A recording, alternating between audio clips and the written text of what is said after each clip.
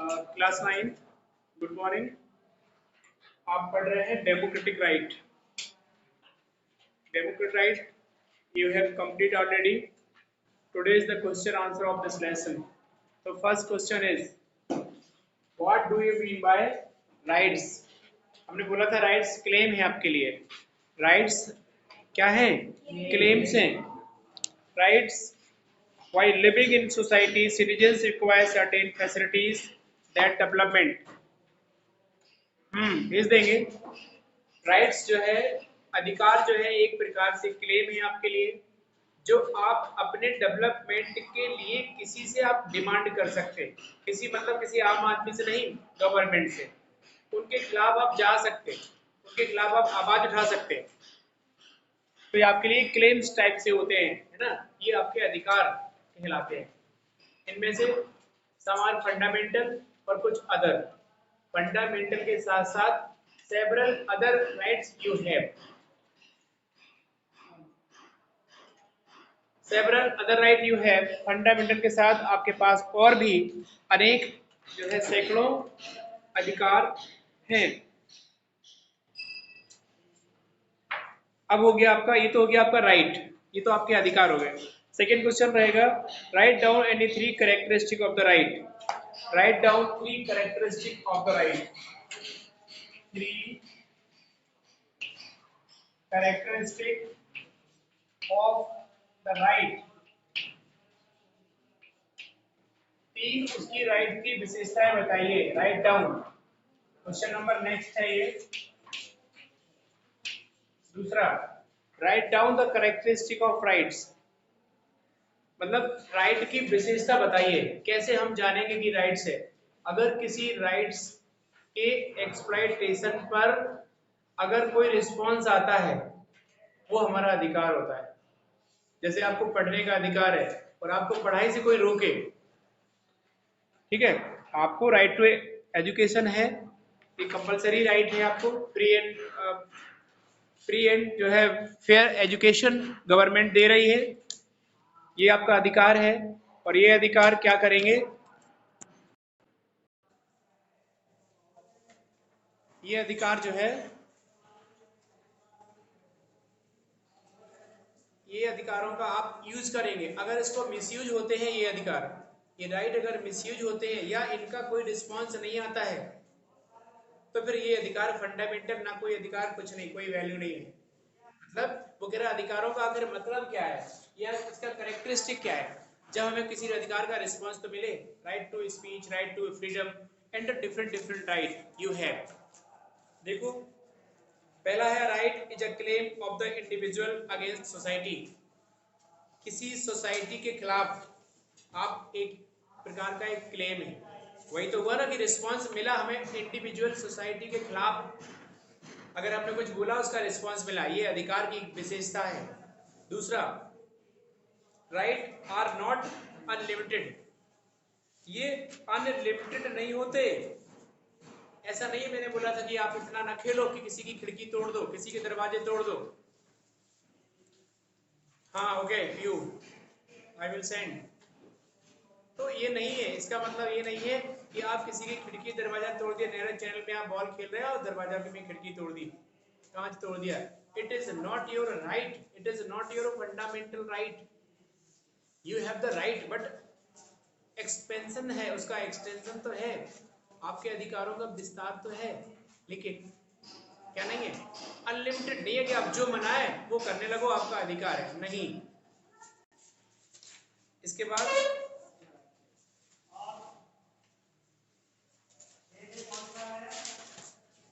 Rights imply duties. एक जो है कर्तव्य को, कर्तव्य कहना चाहिए, ड्यूटीज के प्रति क्या बढ़ाता है? एक्सप्रेशन बढ़ाता है।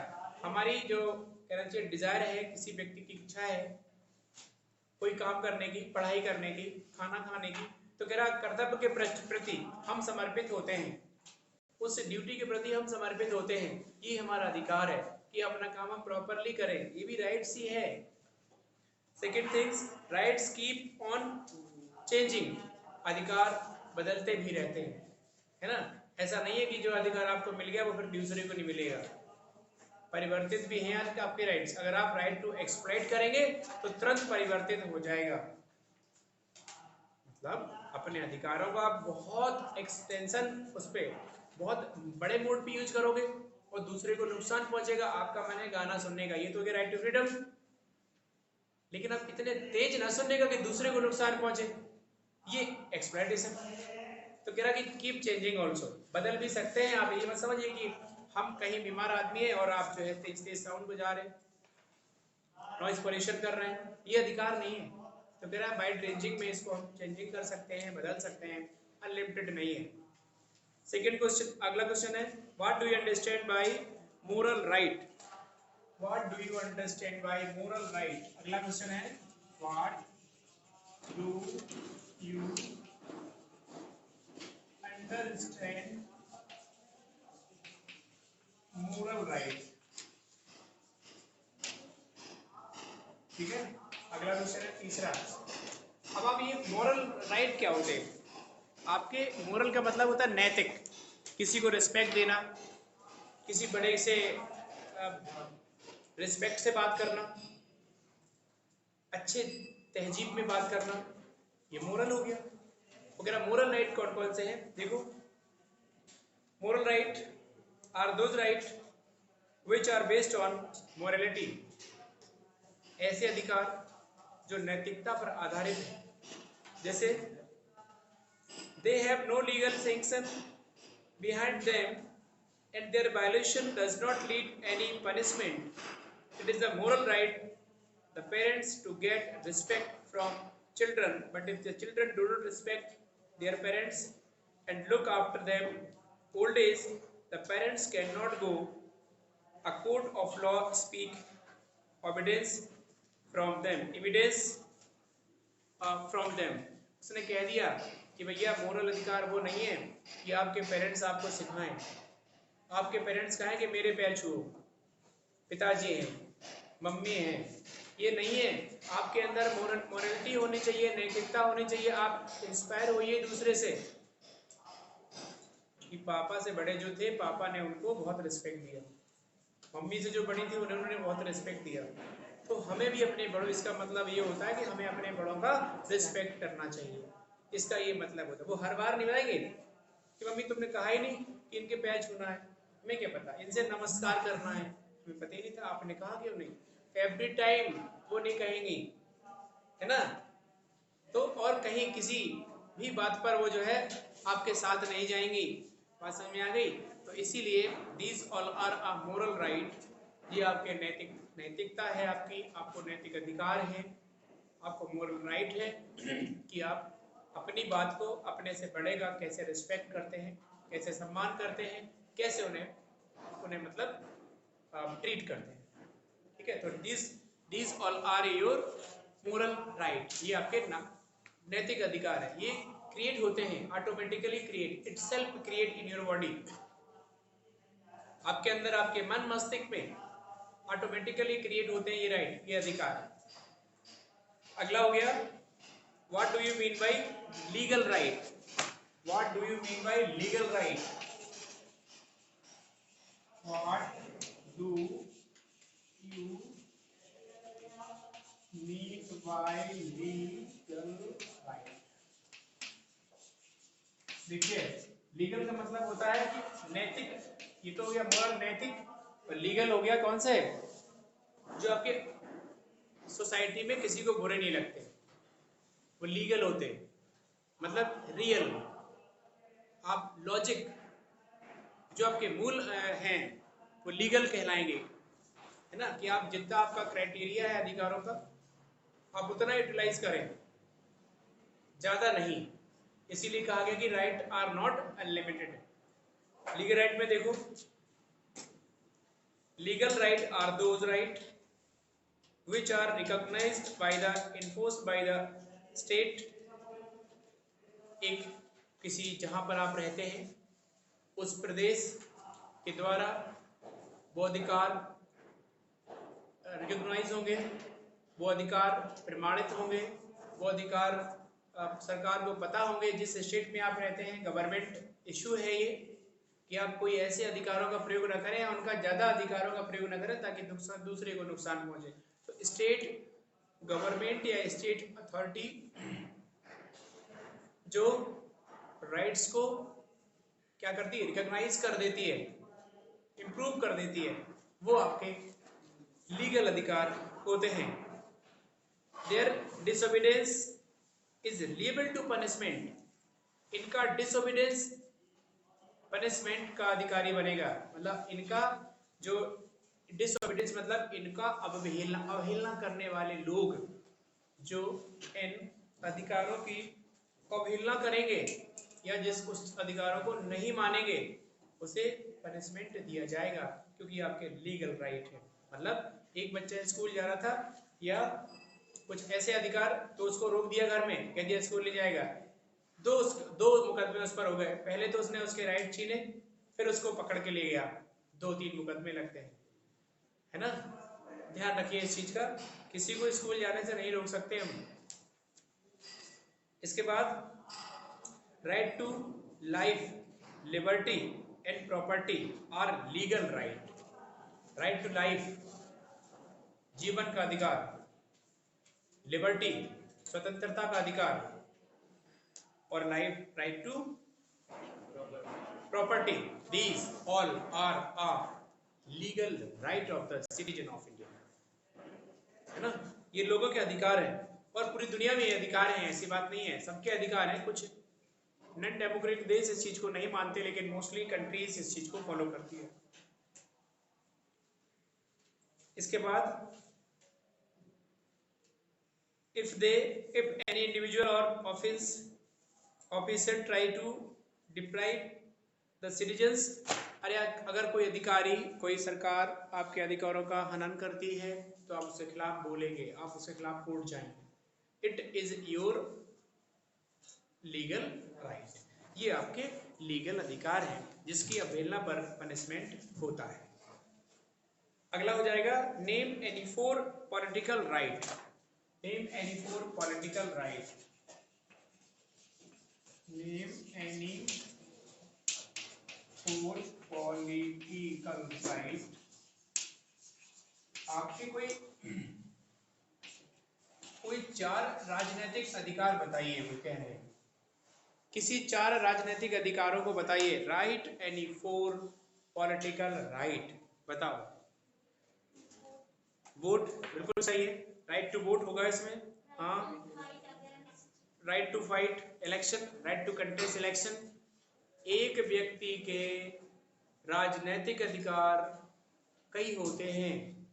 जस्ट लाइक पहला अधिकार होता है उस व्यक्ति का right to vote, right to freedom, और राइट टू वोट के साथ दूसरा अधिकार होता है right to contest election. We are studying about the right to political right के बारे में बात कर रहे हैं, ध्यान रखिए। पहला तो वोट हो गया, दूसरा हो गया contest election, right to hold any public office. Right to hold any public office मतलब हम एक सार्वजनिक कार्यालय कहीं भी खोल सकते हैं। पब्लिक ऑफिस का मतलब होता है इलेक्शन के समय पब्लिक के लिए नहीं, चुनाव कार्यालय बना लेते हैं ना। इलेक्शन में देखें, इलेक्शन ऑफिस हो जाते हैं, वहां चुनाव कार्यालय बन जाते हैं। बात मेरी समझ में आ रही कि नहीं?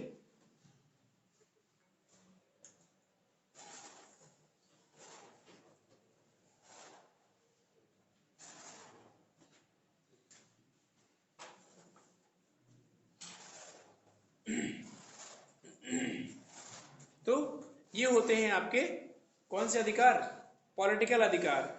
और अगला है चौथा, right to criticise the government. Harsh mike बंद करिए। राइट टू कौन सा था? Right to criticise the government. Government के खिलाफ, गवर्नमेंट से अपनी बात कहने का अधिकार। पहला, These all are a political right, not fundamental. ये राजनीतिक अधिकार हैं जिसमें राइट टू वोट फंडामेंटली में कनेक्ट हो जाएगा। जहां इक्वालिटी है वहां राइट टू वोट है। Right to contest election, every citizen of India can contest the और पार्टिसिपेट इन द इलेक्शन।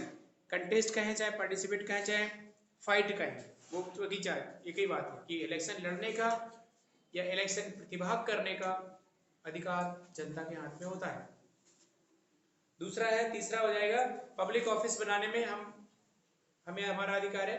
और लास्ट जो है चौथा है कि वो क्रिटिसाइज द गवर्नमेंट, हम सरकार के खिलाफ, सरकार के फेवर में या सरकार से अपनी बात उसको क्रिटिसाइज कर सकते हैं गवर्नमेंट को, ये हमारा राइट्स है। अगला होगा give any 3 features of the fundamental right. Give any 3 feature of the fundamental right.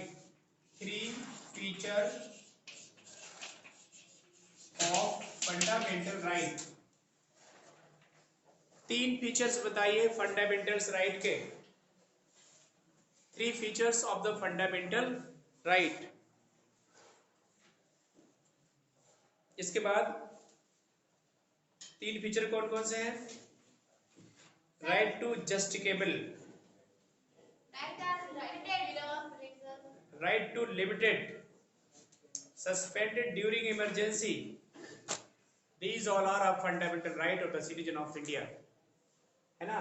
और वो कह रहा है कि राइट नहीं है, ये इसकी विशेषताएं हैं,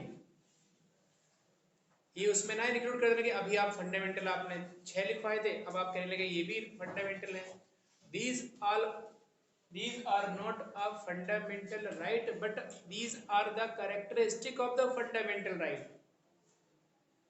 ये फंडामेंटल राइट नहीं है लेकिन फंडामेंटल राइट्स की विशेषताएं हैं ये, कि ऐसे होते हैं, है ना। फंडामेंटल राइट अनलिमिटेड नहीं होते, ठीक है ना, और जस्टिकेबल होते हैं, और इसके बाद can be suspend during the emergency, और फंडामेंटल राइट सस्पेंड किए जा सकते हैं इमरजेंसी के समय। You know that about COVID-19 in this time respected PM ने कह दिया लॉकडाउन है देश में, कोई अपने घर से नहीं निकलेगा, जबकि हमारा ये अधिकार नहीं छीना गया। लेकिन in the time of emergency right can be suspended, so the right to government. यहाँ पर हम क्लेम नहीं कर पाए कि आप कैसे रोक सकते, इसलिए नहीं रोक सके कि इमरजेंसी से उन्होंने लिखा है कि at the time of emergency your citizen right suspended can be suspended. तो इन दिस टाइम और लॉकडाउन के समय इसीलिए तो सस्पेंडेड कर दिए गए थे और कोई उसको रोक नहीं पाया। तो थैंक यू गाइस, ये क्वेश्चंस कंप्लीट होगा और भी क्वेश्चंस हम भेज देंगे। Okay, thank you.